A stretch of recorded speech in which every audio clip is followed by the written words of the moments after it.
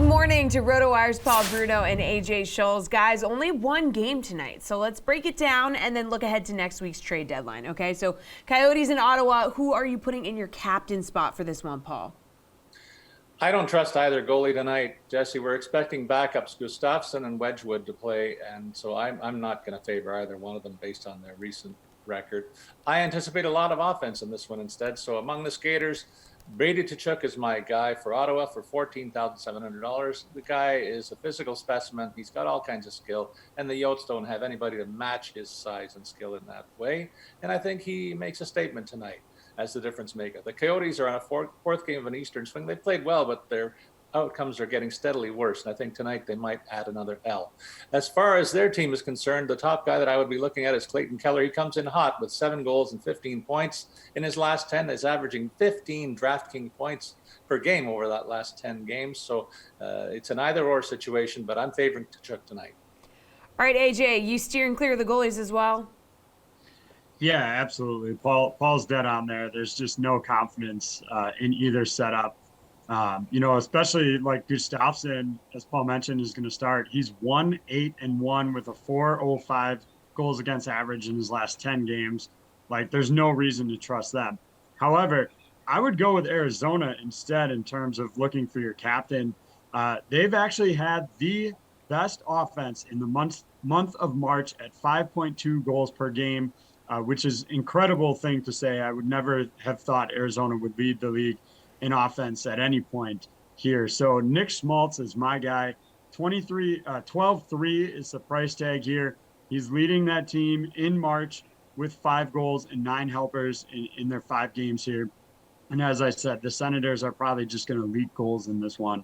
So I actually favor Arizona a little bit more in this contest.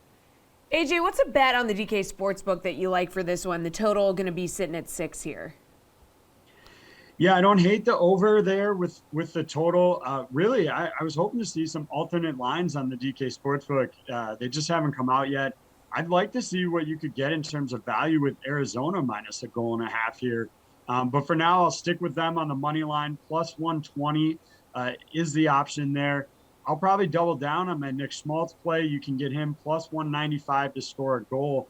And then finally, Jacob Chichrin is set to miss out for tonight's game. So Shane Gostisbehere, most likely guy to step into that number 1 power play unit.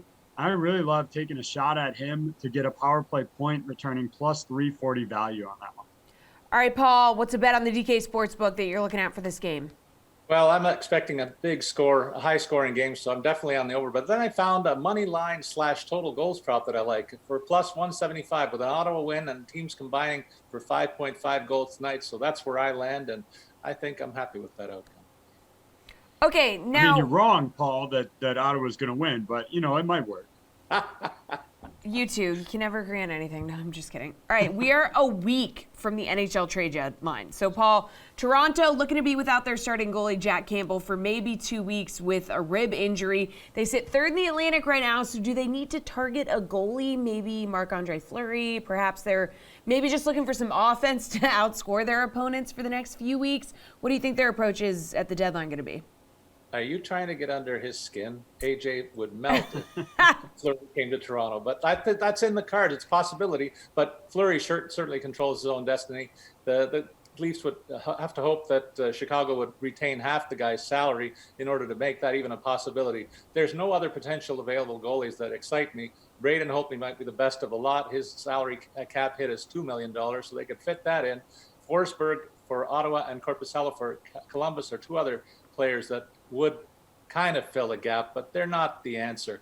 I would rather hope that Campbell returns, so my preference would be a pivot. I'd like to see them try and bring in Mark Giordano or Luke Schenn on the blue line, and at forward, I'd like to see Max Domi here. But if only one player can come in, I'll give you a third possibility. It's Josh Manson of Anaheim to be that defenseman with a lot of bite to his game and some offensive upside as well. No, this is the part where I try to upset AJ. So, AJ, you probably didn't get the news that you wanted on Friday when Penguins GM Ron Hextall expressed that the team wouldn't be too aggressive at the trade deadline. He said, I don't feel like I have to do anything. AJ, is that the right approach? Well, I honestly think he's just playing coy here and trying to lower some price tags or something. or just trying to sound like he's confident in his team, because there's no way you can watch the Penguins right now and not think they need to add a middle six winger to play with either Malkin or Carter. They just don't have anybody that's scoring outside of the top line and Malkin and maybe Letang. You look at the game the other day, like Mark Friedman scored from the blue line. Like the forwards need a boost. And honestly, Jason Zucker coming back, maybe he's thinking about that, but he wasn't really scoring before he got hurt. So I'm not confident he's going to score after a long layoff.